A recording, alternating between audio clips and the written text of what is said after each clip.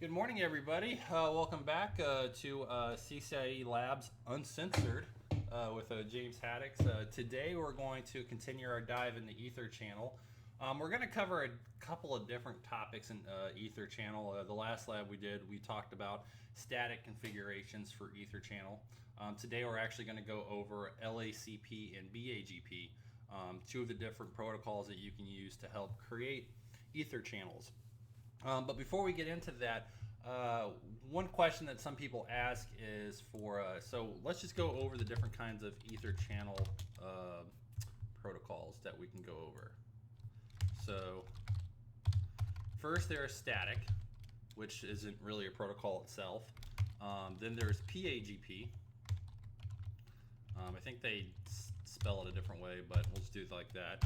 PAGP is essentially Cisco's version of Etherchanneling. They first came out with it because, you drink the Cisco Kool-Aid. They were the ones that kind of created the whole concept of Etherchanneling. But then in about the year 2000, the IEEE came out with LACP, which is the Link Aggregation Control Protocol. And this is one that is universally used by all the different kind of layer 2 switching technologies. So when you look at this, one question that you might ask yourself is, so why in the world would anybody want to use static? Why? So obviously with static ether channeling, there is no control mechanism, simply just a switch says, okay, I assume that whatever this port channel is connected to, it's working fine. Why would we want to use something like that? Well, you can blame two different parties. One is server manufacturers, and two is any other people outside or any other vendors that didn't make Cisco switches. For most people that had to do a lot of work between networking and server administration, myself included, a company that would make a model, I'm not going to say their name, but the model is the C7000. They used to have these cards that were called mezzanine cards. And this was before, we could do a lot of virtualization with NICs. And what would end up happening is that these mezzanine cards wouldn't support either one of these control protocols. So on the Cisco side of the house, we would have to create these static port channels, which for network administrators drove us nuts, because if anything went down on the server end, the port channels would just simply stay up and we wouldn't really know anything from our end. But on the server administration side, you wanted to have that bandwidth. You wanted to be able to have multiple paths. So that's why static was there, because a lot of these server cards would only support static. Nowadays, LACP is fairly supported in most of the server farms. So you should be able to use one of these protocols. But just a little lesson, which I'm sure a lot of seasoned network folks are probably rolling their eyes, because typically you would obviously try to do LACP or PAGP by default. As I said in a previous video, you really wouldn't want to use static in a production environment, but the exception to that rule is if the hardware that the ether channel is connecting to doesn't support any of these other protocols. But like I said, in today's day and age, they should. So we're going to go ahead and we'll go ahead and bring up our lab here. Let's go back to our switch layout. And let me go ahead and get rid of this, because this was from the last lab. It will let me. And I don't think it will. So we're just going to go ahead and create our own new, so we don't save it. Okay, so we're going back to our regular switch configuration. So we have our 4 switches here, and we're going to really only work with switch 1, switch 2, and switch 3. Wow, that is horrible. But hopefully you guys can make out a 3 with that, or a really bad slice of bread. And what we're going to do is we're going to configure PAGP on the link between 1 and 2, and we're going to configure LACP on the switch between 1 and 3. Both are configured very similarly, except there's just a couple of words when we do the channel mode that is a little bit different. So also, if you excuse me for 1 second, had to drink my Starbucks for the morning. So when you think of LACP or PAGP, what I want you to kind of think about is also the dynamic trunking protocol, because it's very similar. We're going to use some of the same terminology, especially desirable and auto, that's actually specific to PAGP. In LACP, you're going to see the words like active, or passive, so to speak. So we're going to go ahead and get our, I think we have our switches already up and running. So let's take a look at, here we go. So we're going to go ahead and get into our switches here, and we'll go ahead and configure the ether channels first. But before we do that, let's remind ourselves about the compatibility check that Etherchannel does regardless of what negotiation protocol or lack thereof you do. So we're going to, between these two switches, the interfaces are a 1.1 and 1.2. So let's do a show INT TI11 switch port. And what we'll notice here is that this is set to the static access. So what we'd like to do across all of the different interfaces on switch 1 is to configure it to be a desirable.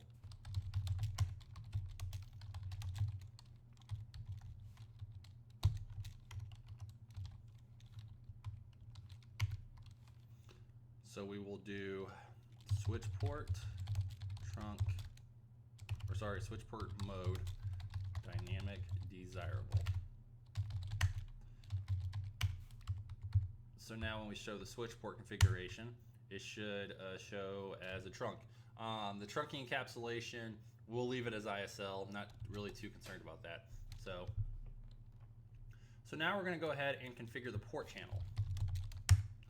So we're going to do, we'll do port channel 12 for switch 2. We will do, and we want to obviously do trunking. And again, we'll kind of mirror this to our last lab. So we'll make the port channel do desirable for the DTP. So switch port mode dynamic desirable. And we're going to leave it as ISL.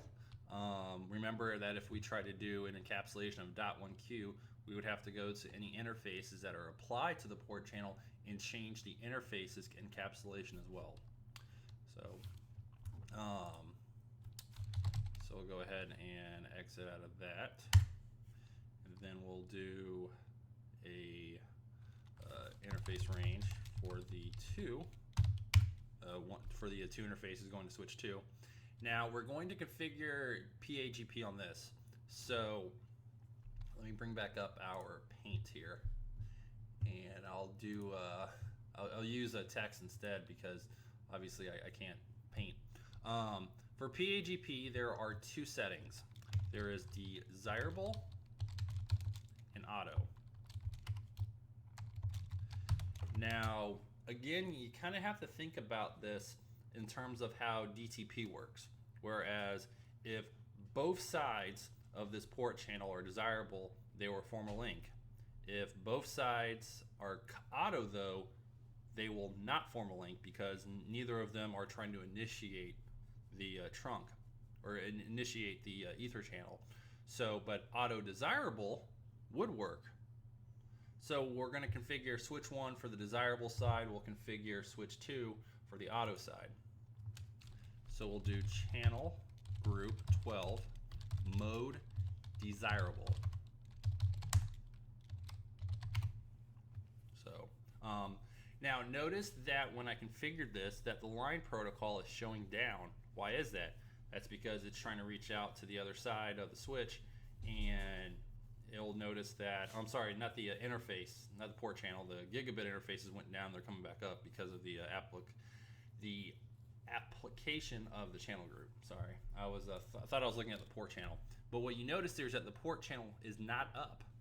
So if we show, let me get to the other side here. Sorry, I got to take a drink of the Starbucks. I said it at the beginning of the video, this is uncensored, so to speak. So we'll do a show ether channel summary. And what you'll notice is that currently it's down. But you also notice here is that PAGP is the protocol being used. So now we're going to go over to switch 2. And just to make sure, let's show INTGI switch port. And you'll notice here that it is set to trunk. So we'll go ahead and create the port channel. And we will go ahead and close out of that. We just need to create the interface. And we'll go ahead and apply the interface. So we'll do INT PO. Sorry, it'll be channel group 12 mode. Remember, both sides we configure desirable in switch 1, so we can either do desirable or auto. On this side, we'll go ahead and do auto. And then you should notice that the interface you should notice that the port channel interface comes online.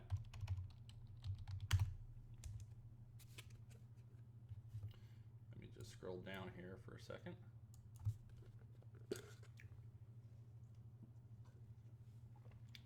And then you notice that the port channel comes up. So there's always that hesitation when you're ever configuring switches when it's supposed to come up that it just might not, even though you know you've done everything correctly. So it's a habit everyone really gets into. So now let's go ahead and show the Etherchannel summary now, and we should see that it is up and both ports are showing bundled in the port channel. We'll do the same on this side. Show Etherchannel summary. And we've successfully created a port channel using PAGP. Now we're going to go to switch 1 and switch 3 and do an LACP. The difference again between PAGP and LACP is just that PAGP was Cisco's first attempt at Etherchanneling. And it's also in how you configure the port channel. Again, you either use desirable or auto. But actually, while we are using this, let's go ahead and make a change. We'll just let's break something on purpose. So let's bring back up switch 1.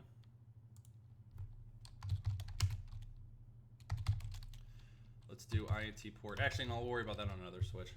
So I'm on a roll this morning. So we'll go ahead and let's bring up switch 2 or switch 3.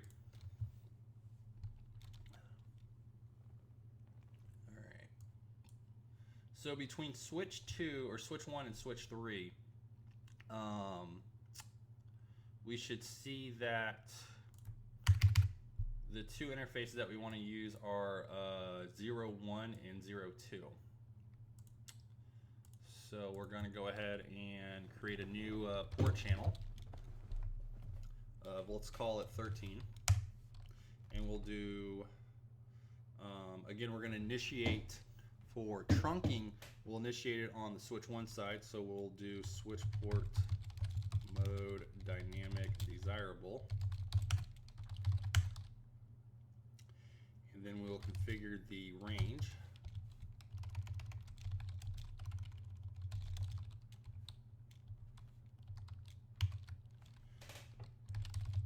Channel group 13 mode active. So you'll see the interfaces bounce when they're applied to the port channel. And then when we do a show, so now notice one thing that you do see here on LACP that you didn't see with PAGP. When we enable LACP for this port channel, we actually get a message back saying that LACP is currently not enabled on the remote port. So that is, again, that's a feature that was created during the standard for LACP, was that you actually got a message when they did the check across the wire to the other end. So, but just to make sure that the Etherchannel sees the same thing, so we should see that this is the group 12, this is the one going to switch 2, this is up and running, and this to go into switch 3 using LACP is not up. So now if we go to the other side,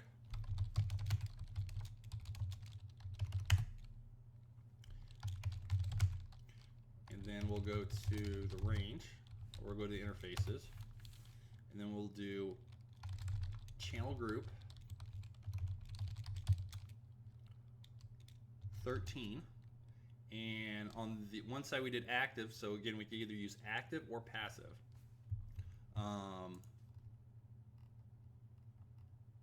So one thing I did want to kind of go over real quick is that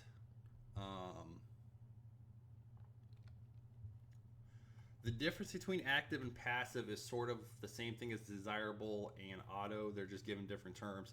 So essentially, as a passive interface in LACP, let me bring up, let's bring up this real quick. So essentially, with LACP, if you are the switch here, and let's say that this one's set to active, and this end is set to passive, what this means is that to form the ether channel, packets will actually be sent across this direction to 1 to 3. They will not be sent back across, because as a passive interface, you don't actively try to form an LACP adjacency or ether channel.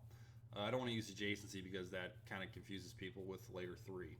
So again, active passive, only the communication to attempt an LACP interface or connection is going to come across. So it's not going to go the other direction. And then if we actually set this to act to passive, then there will be no ether channel formed. So, but we'll go ahead and do channel group 13 mode. We'll do passive, and then we should see the port channel come up on both ends.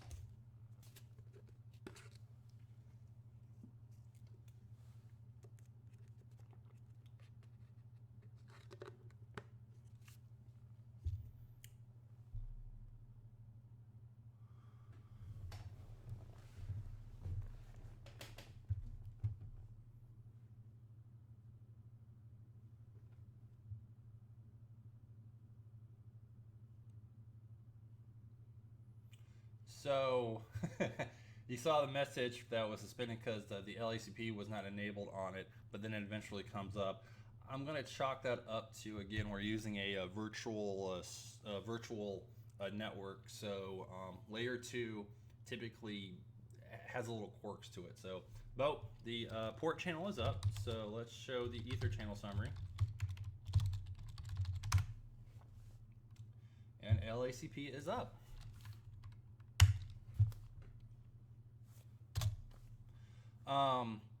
So that pretty much, I think I tried to cover everything with all the different negotiation protocols that you can use. One thing, I guess the last thing I will kind of go over, and I'll go ahead and create a new one here. What are the advantages of using, LACP or PAGP over static? And there's a couple of there's a couple really big reasons. This is why I say that you'll never actually see you'll never see the static configuration as a default across a production environment. One is because that it prevents network errors is a big thing, because there is an active there's an active check going on with LACP and PAGP versus static on, where it just doesn't matter what's going on. So you can actually configure configure a loop without even knowing about it. Another one is that with LACP and PAGP, you can actually add more ports into a port channel, and then you can create hot standby ports. So that's another reason why we might want to use one of the negotiation protocols. And again, also is that if you're using Etherchannel, or if you're using one of the negotiation protocols, failover is a really big thing. With on, the switch won't know any better to stop sending traffic if the other end of the ether channel is down. So with that, you can get a lot of drop packets, whereas with LACP and PAGP, that'll actually continue to do that check, and if it notices that one end of the connection is down but the other one isn't, it will actually fail over to the other link. So for example, let's get back into switch 3. So we can actually go into, there we go. We can actually go into a configuration, and we will do, let's shut down port 01.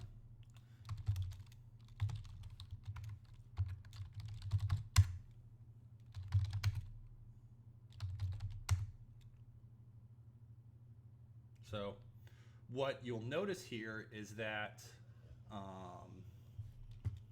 that the LACP, that'll notice that G01 is down. So if we go to switch 1, let's do a show spanning tree VLAN 1. And I think I've ran into this issue before, but yeah, that's what I thought. So let's go ahead and unfortunately, so in this topology, let me bring this up here for a second. It appears that with the with a spanning tree that the unmanaged switch is showing as the root, which we don't want. So let's go ahead and just change that right now.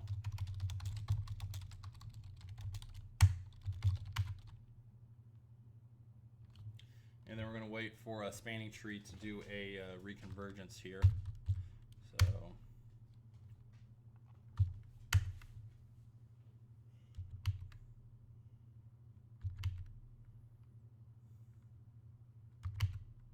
still going through the learning about it.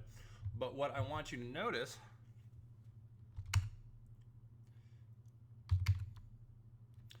now, I want you to notice here that G01 suspended, LACP currently not enabled on the remote port. So switch 1 actually knows that that interface on the other side went down. If we configure this as a static port channel, we actually wouldn't know that. So, but you'll notice here still that the port channel is up and running.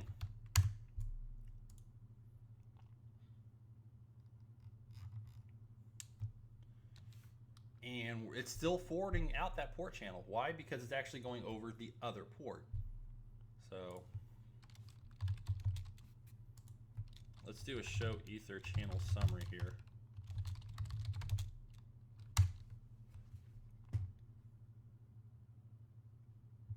And then again, you'll notice here that the port channel itself is still up, but it notices that on the other side that the port 01 that we shut it down administratively, but the other port 02 is up and running.